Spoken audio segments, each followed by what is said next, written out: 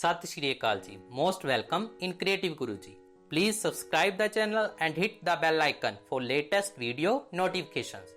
Science Class 9 Chapter 1 Matter in Earth Surrounding. ਆਪਣੇ ਚਾਰੇ ਪਾਸੇ ਨਜ਼ਰ ਦੜਾਉਣ ਤੇ ਸਾਨੂੰ ਕਈ ਕਿਸਮ ਦੀਆਂ ਵਸਤੂਆਂ ਨਜ਼ਰ ਆਉਂਦੀਆਂ ਹਨ ਜਿਨ੍ਹਾਂ ਦਾ ਆਕਾਰ, ਸ਼ਕਲ ਅਤੇ ਬਣਾਵਟ ਵੱਖ-ਵੱਖ ਹੁੰਦੀ ਹੈ। ਇਸ ਕਾਰਨ ਅਸੀਂ ਕਹਿ ਸਕਦੇ ਹਾਂ ਕਿ everything in this universe is made up of material which scientists have named matter. ਇਸ ਸੰਸਾਰ ਵਿੱਚ ਹਰ ਵਸਤੂ ਜਿਸ ਸਮੱਗਰੀ ਤੋਂ ਬਣੀ ਹੈ ਉਸ ਨੂੰ ਵਿਗਿਆਨਿਕਾਂ ਨੇ ਪਦਾਰਥ ਦਾ ਨਾਮ ਦਿੱਤਾ ਹੈ। ਠੀਕ ਹੈ, ਹੁਣ ਗੱਲ ਕਰਦੇ ਹਾਂ ਕਿ what is matter? ਪਦਾਰਥ ਕੀ ਹੈ?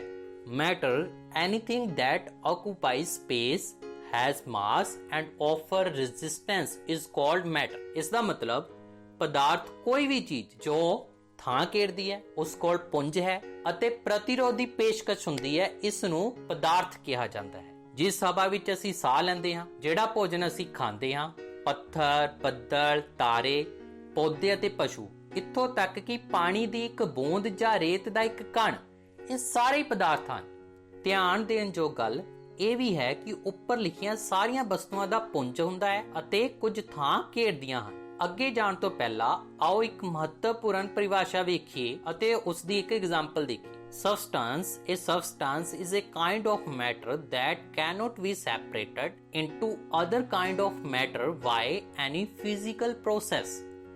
Example, salt dissolved in water can be separated from water by evaporating the water. Here, salt is a substance which cannot be broken into component by any physical process. मतलब इस उदाहरण ਵਿੱਚ ਘੁਲੇ ਹੋਏ ਲੂਣ ਨੂੰ ਪਾਣੀ ਵਿੱਚੋਂ ਭਾਫ ਦੁਆਰਾ ਵੱਖ ਕੀਤਾ ਜਾ ਸਕਦਾ ਹੈ। ਇੱਥੇ ਲੂਣ ਇੱਕ ਅਜਿਹਾ ਪਦਾਰਥ ਹੈ ਜਿਸ ਨੂੰ ਕਿਸੇ ਵੀ ਭੌਤਿਕ ਪ੍ਰਕਿਰਿਆ ਦੁਆਰਾ ਭਾਗਾਂ ਵਿੱਚ ਨਹੀਂ ਤੋੜਿਆ ਜਾ ਸਕਦਾ। ਠੀਕ ਹੈ, ਮਤਲਬ ਤੁਸੀਂ ਪਾਣੀ ਤੋਂ ਲੂਣ ਨੂੰ ਵੱਖ ਕਰ ਸਕਦੇ ਹੋ ਪਰ ਲੂਣ ਦਾ ਲੂਣ ਹੀ ਰਹੂਗਾ, ਜਿਵੇਂ ਕਿ ਅਸੀਂ ਇਸ ਚਿੱਤਰ ਵਿੱਚ ਵੇਖ ਸਕਦੇ ਹਾਂ। Let's look at some of the history. Indian philosophers classified matter in the form of 5 basic elements, the 5 tattva: air, earth, fire, sky and water. According to them, everything living or non-living was made up of these 5 basic elements. Ancient Greek philosopher also similar thoughts. ਇਸ ਦਾ ਮਤਲਬ ਕੀ ਹੈ ਕਿ ਭਾਰਤ ਦੇ ਪੁਰਾਤਨ ਦਾਰਸ਼ਨਿਕਾਂ ਨੇ ਪਦਾਰਥ ਨੂੰ 5 ਮੂਲ ਤੱਤਾਂ ਵਿੱਚ ਸ਼੍ਰੇਣੀਬੱਧ ਕੀਤਾ, ਵਰਗੀਕ੍ਰਿਤ ਕੀਤਾ, ਜਿਸ ਨੂੰ 5 ਤੱਤ ਕਿਹਾ ਗਿਆ। ਇਹ 5 ਤੱਤ ਹਨ ਹਵਾ, ਧਰਤੀ, ਅਗਨੀ, ਜਲ ਅਤੇ ਆਕਾਸ਼।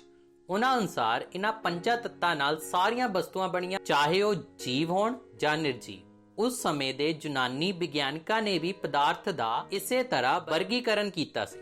Now, in modern days, scientists have evolved 2 types of classifications of matter based on their physical properties and chemical nature.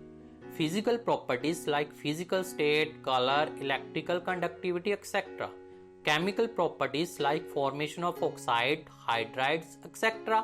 ਅੱਜ ਦੇ ਵਿਗਿਆਨਕਾਂ ਨੇ ਪਦਾਰਥ ਨੂੰ ਭੌਤਿਕ ਅਤੇ ਰਸਾਇਣਿਕ ਗੁਣਾਂ ਦੇ ਆਧਾਰ ਤੇ 2 ਤਰ੍ਹਾਂ ਨਾਲ ਸ਼੍ਰੇਣੀਬੱਧ ਕੀਤਾ ਹੈ। ਠੀਕ ਹੈ, 2 ਤਰੀਕੇ ਦੇ ਨਾਲ ਸ਼੍ਰੇਣੀਬੱਧ ਕੀਤਾ ਹੋਇਆ ਹੈ, ਭੌਤਿਕ ਗੁਣਾਂ ਦੇ ਆਧਾਰ ਤੇ ਅਤੇ ਰਸਾਇਣਿਕ ਗੁਣਾਂ ਦੇ ਆਧਾਰ ਤੇ। ਹੁਣ ਗੱਲ ਕਰਦੇ ਹਾਂ physical nature of matter. Matter is made up of particle, ਮਤਲਬ ਪਦਾਰਥ ਕਣਾਂ ਤੋਂ ਮਿਲ ਕੇ ਬਣਿਆ ਹੁੰਦਾ ਹੈ। Matter is made up of particles, ਪਦਾਰਥ ਕਣਾਂ ਤੋਂ ਮਿਲ ਕੇ ਬਣਿਆ ਹੁੰਦਾ ਹੈ। Everything around us is made up of many small particles. ਮਤਲਬ ਸਾਡੇ ਆਸ-ਪਾਸ ਦੀ ਹਰ ਚੀਜ਼ ਬਹੁਤ ਸਾਰੇ ਛੋਟੇ-ਛੋਟੇ ਕਣਾਂ ਨਾਲ ਬਣੀ ਹੁੰਦੀ ਹੈ, ਜਿਵੇਂ ਕਿ ਅਸੀਂ ਇਹਨਾਂ ਐਨੀਮੇਸ਼ਨਸ ਵਿੱਚ ਦੇਖ ਸਕਦੇ ਹਾਂ। ਪਹਿਲੀ ਐਨੀਮੇਸ਼ਨ ਵਿੱਚ ਠੋਸ ਵਿੱਚ ਬਹੁਤ ਛੋਟੇ-ਛੋਟੇ ਕਣ ਦਿਖ ਰਹੇ ਹਨ। ਇਸ ਦਾ ਅਰਥ ਹੈ ਕਿ ਠੋਸ ਜਿਹੜਾ ਕਿ ਪਦਾਰਥ ਦੀ ਇੱਕ ਅਵਸਥਾ ਹੈ, ਬਹੁਤ ਛੋਟੇ ਕਣਾਂ ਤੋਂ ਮਿਲ ਕੇ ਬਣਿਆ ਹੁੰਦਾ ਹੈ। ਠੋਸ, ਤਰਲ, ਗੈਸ, ਇਹ ਤਿੰਨੇ ਪਦਾਰਥ ਦੀਆਂ ਅਵਸਥਾਵਾਂ ਹਨ। ਠੀਕ ਹੈ, ਇਸ ਦੇ ਵਿੱਚ ਜਿਹੜਾ ਠੋਸ ਹੈ ਉਹ ਵੀ ਕੀ ਆ, ਬਹੁਤ ਛੋਟੇ-ਛੋਟੇ ਕਣਾਂ ਤੋਂ ਮਿਲ ਕੇ ਹੀ ਬਣਦਾ ਹੈ।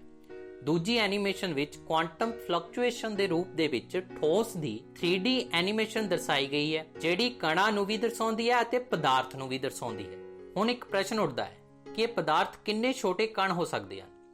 How small are these particles of matter. ਠੀਕ ਹੈ, ਇਹ ਪਦਾਰਥ ਕਿੰਨੇ ਛੋਟੇ ਕਣ ਹੋ ਸਕਦੇ ਹਨ। How small are these particles of matter. ਹੁਣ ਇਸ ਦੇ ਲਈ ਅਸੀਂ ਇੱਕ ਐਗਜ਼ਾਮਪਲ ਪਹਿਲਾਂ ਕਰਦੇ ਹਾਂ ਜਾਂ ਇੱਕ ਐਕਟੀਵਿਟੀ ਨੂੰ ਸਮਝਦੇ ਹਾਂ। पोटाशियम परमैंगनेट ਦੇ 2 ਜਾਂ 3 ਕ੍ਰਿਸਟਲਾਂ ਨੂੰ 100 ਮਿਲੀਲੀਟਰ ਪਾਣੀ ਵਿੱਚ ਘੋਲ ਦਿਓ। ਇਸ ਘੋਲ ਵਿੱਚ ਲਗਭਗ 10 ਮਿਲੀਲੀਟਰ ਘੋਲ ਕੱਢ ਕੇ ਉਸ ਨੂੰ 90 ਮਿਲੀਲੀਟਰ ਪਾਣੀ ਵਿੱਚ ਮਿਲਾ ਦਿਓ। ਫਿਰ ਇਸ ਉਪਰੋਕਤ ਘੋਲ ਵਿੱਚੋਂ 10 ਮਿਲੀਲੀਟਰ ਕੱਢ ਕੇ ਉਸ ਨੂੰ ਵੀ 90 ਮਿਲੀਲੀਟਰ ਪਾਣੀ ਵਿੱਚ ਮਿਲਾ ਦਿਓ। ਇਸ ਤਰ੍ਹਾਂ ਇਸ ਘੋਲ ਨੂੰ 5 ਤੋਂ 8 ਵਾਰ ਪਤਲਾ ਕਰਦੇ ਰਹੋ। ਇਹ ਪ੍ਰਯੋਗ ਦਰਸਾਉਂਦਾ ਹੈ ਕਿ ਪੋਟਾਸ਼ੀਅਮ ਪਰਮੈਂਗਨੇਟ ਦੇ ਬਹੁਤ ਥੋੜੇ ਕ੍ਰਿਸਟਲਾਂ ਨਾਲ ਪਾਣੀ ਦੀ ਬਹੁਤ ਜ਼ਿਆਦਾ ਮਾਤਰਾ ਵੀ ਰੰਗੀਨ ਹੋ ਜਾਂਦੀ ਹੈ। ਇਸ ਤੋਂ ਅਸੀਂ ਇਹ ਨਤੀਜਾ ਕੱਢ ਸਕਦੇ ਹਾਂ ਕਿ ਪੋਟਾਸ਼ੀਅਮ ਪਰਮੈਂਗਨੇਟ ਦੇ ਸਿਰਫ ਇੱਕ ਕ੍ਰਿਸਟਲ ਵਿੱਚ ਕਈ ਸੂਖਮ ਕਣ ਹੋਣਗੇ। ਇਹ ਕਣ ਛੋਟੇ-ਛੋਟੇ ਕਣਾਂ ਵਿੱਚ ਵਿਭਾਜਿਤ ਹੁੰਦੇ ਰਹਿੰਦੇ ਹਨ। ਅਖੀਰ ਇੱਕ ਸਥਿਤੀ ਵਿੱਚ ਇਹ ਕਣ ਹੋਰ ਛੋਟੇ ਭਾਗਾਂ ਵਿੱਚ ਨਹੀਂ ਵੰਡੇ ਜਾ ਸਕਦੇ। We can also say that the particles of matter are very small.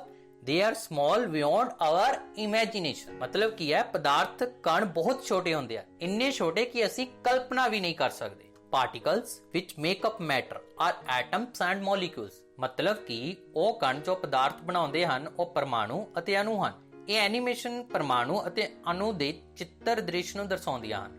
ਪਦਾਰਥ ਦਾ ਫਿਜ਼ੀਕਲ ਨੇਚਰ ਆਫ ਮੈਟਰ ਨੂੰ ਪੂਰਾ ਕਰਨ ਤੋਂ ਬਾਅਦ ਹੁਣ ਅਸੀਂ ਕਰੈਕਟਰਿਸਟਿਕਸ ਆਫ ਪਾਰਟੀਕਲ ਆਫ ਮੈਟਰ ਕਰਦੇ ਹਾਂ। ਕਰੈਕਟਰਿਸਟਿਕਸ ਆਫ ਪਾਰਟੀਕਲਸ ਆਫ ਮੈਟਰ ਦਾ ਮਤਲਬ ਪਦਾਰਥ ਦੇ ਕਣਾਂ ਦੇ ਮੁੱਖ ਗੁਣਾਂ ਨੂੰ ਕਰਾਂਗੇ। ਪਹਿਲਾ ਗੁਣ, first characteristic, particles of matter have space between them। ਅਰਥ ਪਦਾਰਥ ਦੇ ਕਣਾਂ ਵਿੱਚ ਖਾਲੀ ਥਾਂ ਹੁੰਦੀ ਹੈ। Particles of matter have space between them। ਪਦਾਰਥ ਦੇ ਕਣਾਂ ਵਿੱਚ ਖਾਲੀ ਥਾਂ ਹੁੰਦੀ ਹੈ। ਪਿਛਲੀ ਕਿਰਿਆ ਵਿੱਚ ਅਸੀਂ ਦੇਖਿਆ ਕਿ ਪੋਟਾਸ਼ੀਅਮ ਪਰਮੈਂਗਨੇਟ ਦੇ ਕਣਾਂ ਨੂੰ ਪਾਣੀ ਵਿੱਚ ਬਰਾਬਰ ਵੰਡਿਆ ਗਿਆ ਸੀ। ਇਸੇ ਤਰ੍ਹਾਂ ਜਦੋਂ ਅਸੀਂ ਚਾਹ, ਕੌਫੀ ਜਾਂ ਨਿੰਬੂ ਪਾਣੀ ਬਣਾਉਂਦੇ ਹਾਂ, ਇੱਕ ਕਿਸਮ ਦੇ ਪਦਾਰਥ ਦੇ ਕਣ ਦੂਸਰੇ ਕਣਾਂ ਦੇ ਵਿਚਕਾਰ ਖਾਲੀ ਥਾਵਾਂ ਵਿੱਚ ਆ ਜਾਂਦੇ ਹਨ। ਇਹ ਦਰਸਾਉਂਦਾ ਹੈ ਕਿ ਪਦਾਰਥ ਦੇ ਕਣਾਂ ਵਿੱਚ ਕਾਫੀ ਥਾਂ ਹੁੰਦੀ ਹੈ। ਇਸ ਐਨੀਮੇਸ਼ਨ ਵਿੱਚ ਕਣਾਂ ਦੇ ਵਿਚਕਾਰ ਥਾਂ ਹੈ, ਪਰ ਪਦਾਰਥ ਦੀ ਬਾਹਰੀ ਪਰਤ ਬਿਲਕੁਲ ਸਾਫ਼ ਦਿਖਾਈ ਦਿੰਦੀ ਹੈ, ਜਿਵੇਂ ਕਿ ਚਿੱਤਰ ਵਿੱਚ ਦਿਖਾਈ ਦੇ ਰਿਹਾ ਹੈ। ਅਗਲਾ ਗੁਣ, next characteristic, particles of matter are continuously moving. ਪਦਾਰਥ ਦੇ ਕਣ ਨਿਰੰਤਰ ਗਤੀਸ਼ੀਲ ਹੁੰਦੇ ਹਨ। Particles of matter are continuously moving. ਪਦਾਰਥ ਦੇ ਕਣ ਨਿਰੰਤਰ ਗਤੀਸ਼ੀਲ ਹੁੰਦੇ ਹਨ। ਐਨੀਮੇਸ਼ਨ ਵਿੱਚ ਦੇਖੋ ਕਿਸ ਤਰ੍ਹਾਂ ਕਣ ਨਿਰੰਤਰ ਚੱਲਦੇ ਰਹਿੰਦੇ ਹਨ।